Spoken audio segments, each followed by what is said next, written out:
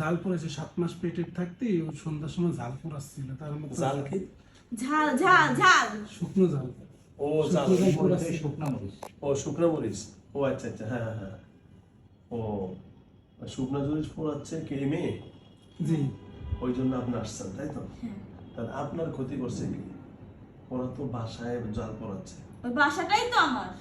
ওর বাসারই আপনার? হ্যাঁ, ওই স্থানটাই আমার। কতদিন থেকে আপনার থাকেন ওখানে?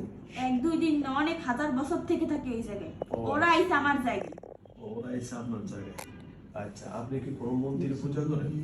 কোথায়? আমার শিব মন্দির। শিব মন্দির কোথায় আছে? কোথায়? আমার সাথী মহল। আপনার সাথী মহল। হ্যাঁ। আপনি কি মহাদেবকে ভালোবাসেন? হ্যাঁ, অবশ্যই। মহাদেবকে ভালোবাসলে মহাদেব কিন্তু আমাকে ভালোবাসে।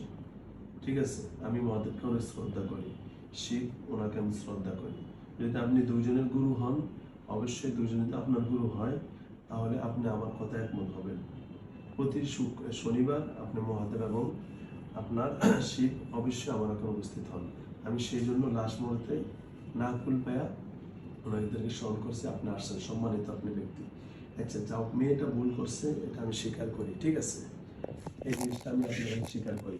এখন সমাধান কি? এর সমাধান কিছু নেই। ওরা আমার জায়গায় থাকবে আর আমরা ক্ষতি করবো শেষ। আচ্ছা, ওরা আপনার জায়গায় থাকবেন। মাটিটা কি আপনার কিনা নাকি ওদের কিনা? আপনি বলেন। ওই স্থানটা আমার, আমার ফ্যামিলির। আচ্ছা, ওপের স্থানটা আপনার ফ্যামিলির, এটা আমি স্বীকার করি।